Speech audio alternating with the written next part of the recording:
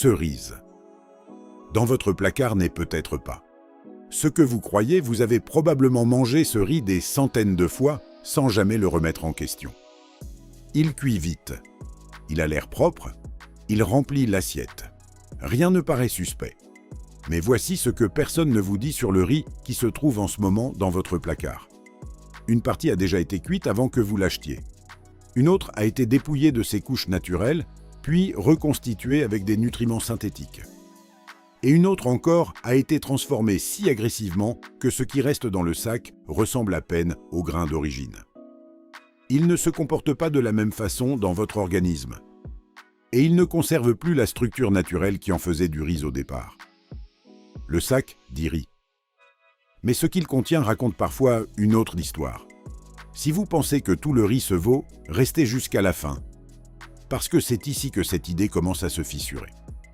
Dans cette vidéo, on examine quelles catégories de riz ont été transformées à un point tel qu'elles s'éloignent considérablement du grain d'origine, lesquelles recourent à des raccourcis qui modifient discrètement le comportement du grain, et lesquelles respectent encore ce grain du début à la fin.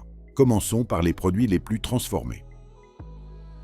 Si cette vidéo vous a plu, n'oubliez pas de vous abonner à notre chaîne.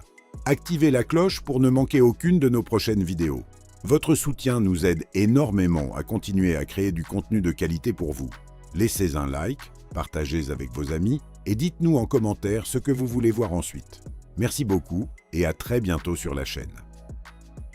Le riz basse de gamme, grande surface. Entrez dans presque n'importe quel supermarché et les marques distributeurs de riz long grain figurent généralement parmi les sachets les moins chers du rayon. En France, cela correspond aux références premier prix de Carrefour, Leclerc ou encore les marques discount des enseignes hard discount. Et quand un produit est poussé à être aussi bon marché que possible, il y a presque toujours un compromis quelque part. Ici, il se révèle dans la façon dont le grain est traité lors du décortiquage et du blanchiment. On le voit dès le rinçage. L'eau reste trouble. On rince à nouveau, toujours trouble. Parfois, il faut plusieurs passages avant qu'elle commence à s'éclaircir. Cette turbidité vient de l'amidon libre et des fragments de grains brisés qui n'ont pas été correctement séparés lors de la transformation. Dans une opération bien contrôlée, les grains entiers sont triés des brisures avant l'emballage. Quand cette étape est bâclée ou raccourcie pour réduire les coûts, tout se retrouve dans le même sac. Grains entiers, fragments et amidon résiduel mélangés. À la cuisson, les grains ne se séparent pas nettement. Il y a un côté collant que la plupart des gens attribuent à une erreur de cuisson. Mais le problème n'a pas commencé dans votre cuisine. Il a commencé bien plus tôt, lors de la production, quand les décisions qui ont déterminé la qualité du contenu de ce sac avaient déjà été prises. Et parce que le grain a été traité vite et à moindre coût à chaque étape, il y a très peu de marge pour la régularité. Vous pouvez ouvrir un sac et obtenir un résultat acceptable. Le suivant cuira différemment. Cette variabilité n'est pas aléatoire. C'est le reflet direct du peu de rigueur appliqué durant la transformation. Il y a aussi l'étiquette. Le mot « enrichi » donne l'impression d'un bonus. Ce n'en est pas un. Cela signifie que le grain a été dépouillé de ses nutriments naturels lors du décortiquage, puis que des vitamines synthétiques y ont été ajoutées pour répondre aux normes minimales réglementaires. Ce n'est pas une amélioration. C'est une correction après le fait. Et cela vous dit quelque chose d'important sur la façon dont ce grain a été traité avant d'arriver dans votre cuisine. Le riz blanc classique enrichi. Même logique, mais avec une conséquence différente qui mérite d'être comprise. Quand le son et le germe sont retirés lors du blanchiment, ce qui reste est essentiellement l'amidon interne du grain. Les vitamines et minéraux naturels partent avec les couches extérieures. Des substituts synthétiques, comme la niacine et l'acide folique, sont ajoutés après coup pour compenser. Mais voici ce que cela change au-delà de la nutrition. Sans les couches extérieures pour ralentir la digestion, l'amidon est absorbé plus rapidement.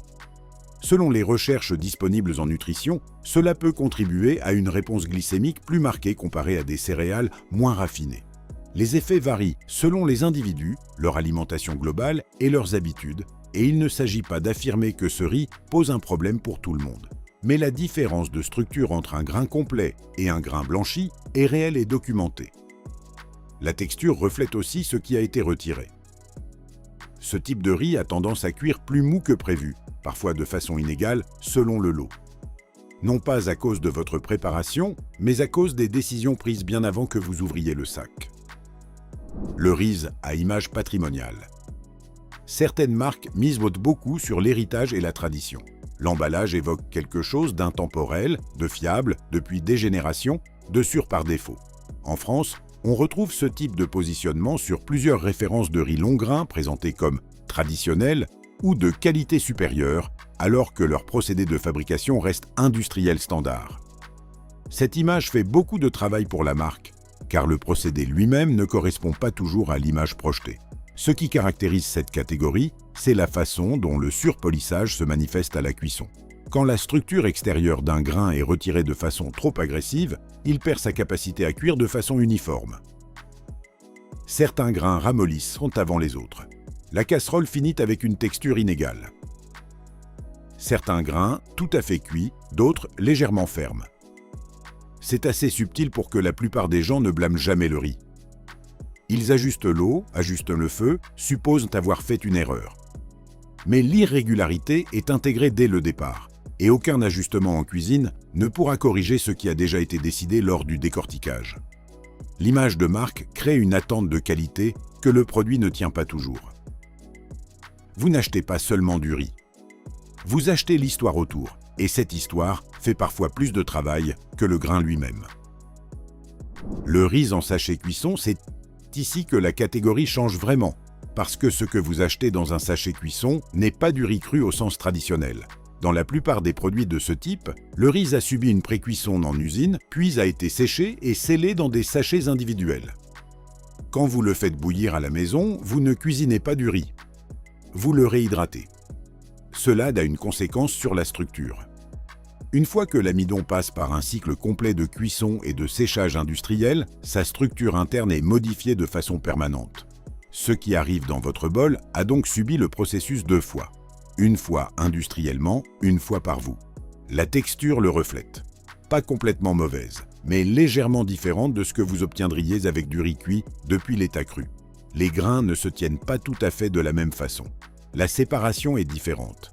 Il y a une certaine platitude difficile à nommer précisément, mais perceptible une fois qu'on y prête attention. Il y a aussi quelque chose qui disparaît dans ce format, le processus de cuisson lui-même. Une partie de ce qui rend le riz satisfaisant, c'est la façon dont il se développe à la cuisson, l'absorption progressive, la façon dont les grains gonflent et se stabilisent. Rien de tout cela ne se produit vraiment ici. Vous ajoutez simplement de l'eau à quelque chose qui a déjà été terminé ailleurs.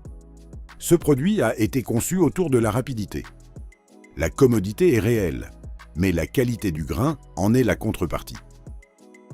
Le riz minute.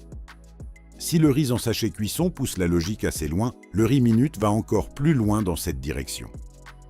Au moment où vous ouvrez la boîte, le grain a déjà été entièrement cuit et structurellement modifié pour absorber l'eau presque instantanément.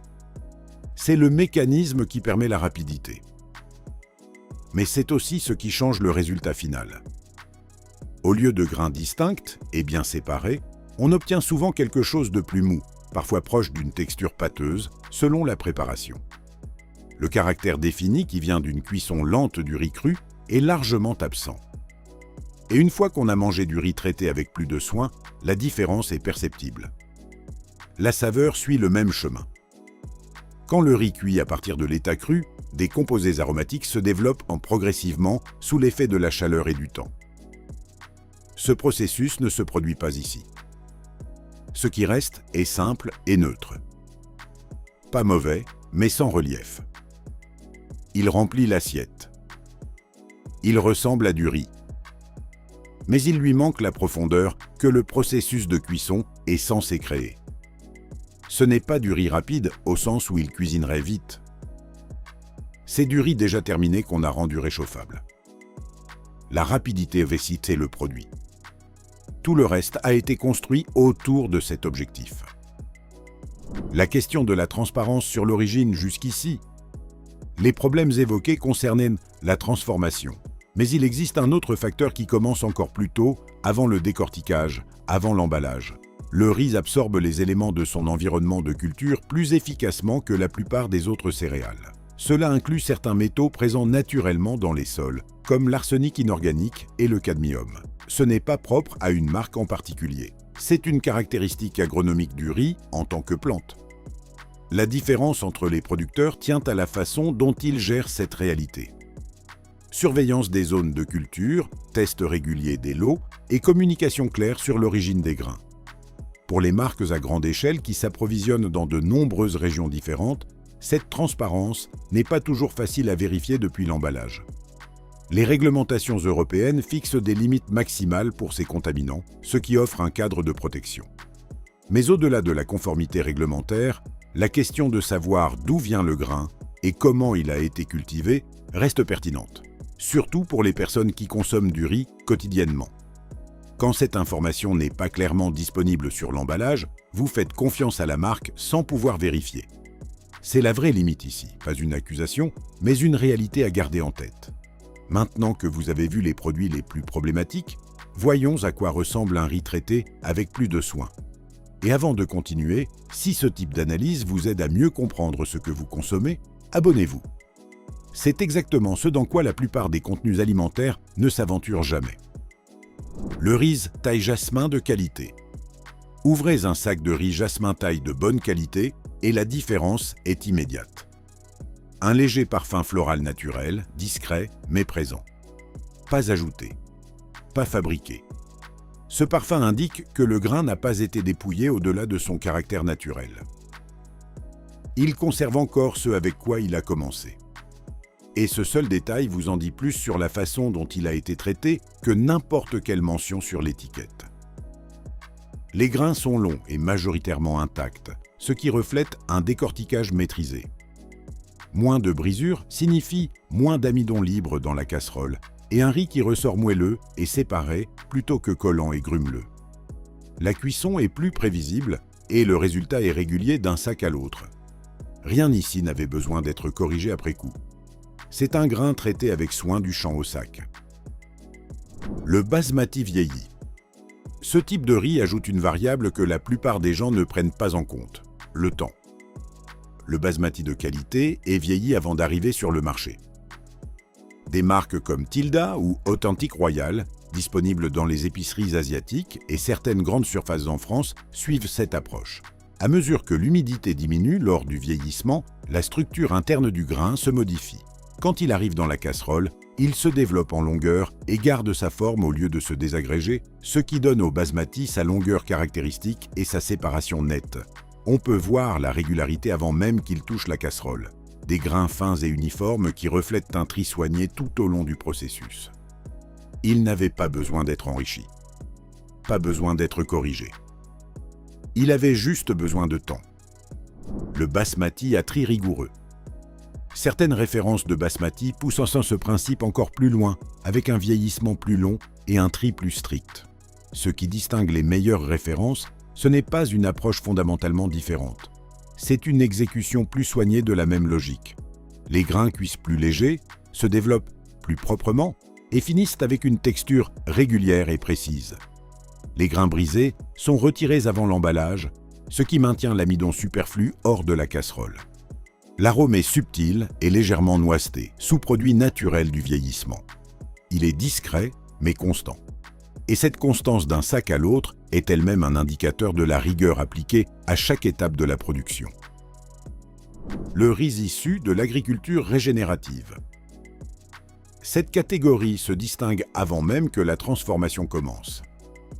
Certains producteurs, comme Lundberg Family Farms aux États-Unis ou quelques références bio disponibles en France, misent sur l'agriculture régénérative, améliorer la qualité des sols dans le temps plutôt que de les épuiser. Et parce que le riz absorbe ce qui se trouve dans son environnement, un sol mieux géré se traduit directement par un grain plus propre. C'est aussi l'approche la plus cohérente face à la question des métaux traces évoquée plus tôt.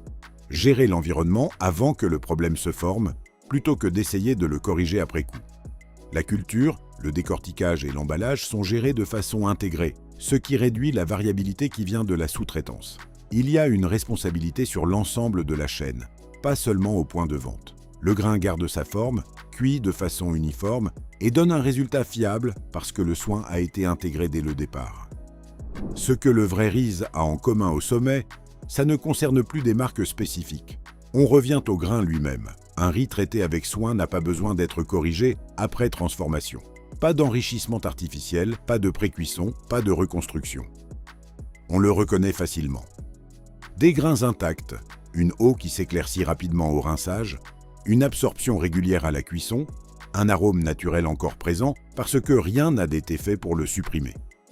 Pas pâteux, pas plat, pas compensé. Juste ce que le grain est censé être quand il a été traité avec régularité et soin depuis le moment où il a quitté le champ. La vraie différence n'est pas le prix, ni la marque, ni la praticité. C'est la quantité du grain d'origine encore présente au moment où il atteint votre assiette. C'est la question la plus simple et la plus utile à poser quand vous vous trouvez dans le rayon en train de choisir. Certains produits commencent comme du riz et le reste. D'autres commencent comme du riz et arrivent chez vous sous une forme bien différente. Une fois qu'on voit ça clairement, le choix devient beaucoup plus facile à faire. Mettez un like si ça a changé votre façon de voir les choses. Et abonnez-vous si vous voulez d'autres analyses comme celle-ci, parce que beaucoup de ce qu'on considère comme normal n'est pas vraiment ce que ça en a l'air.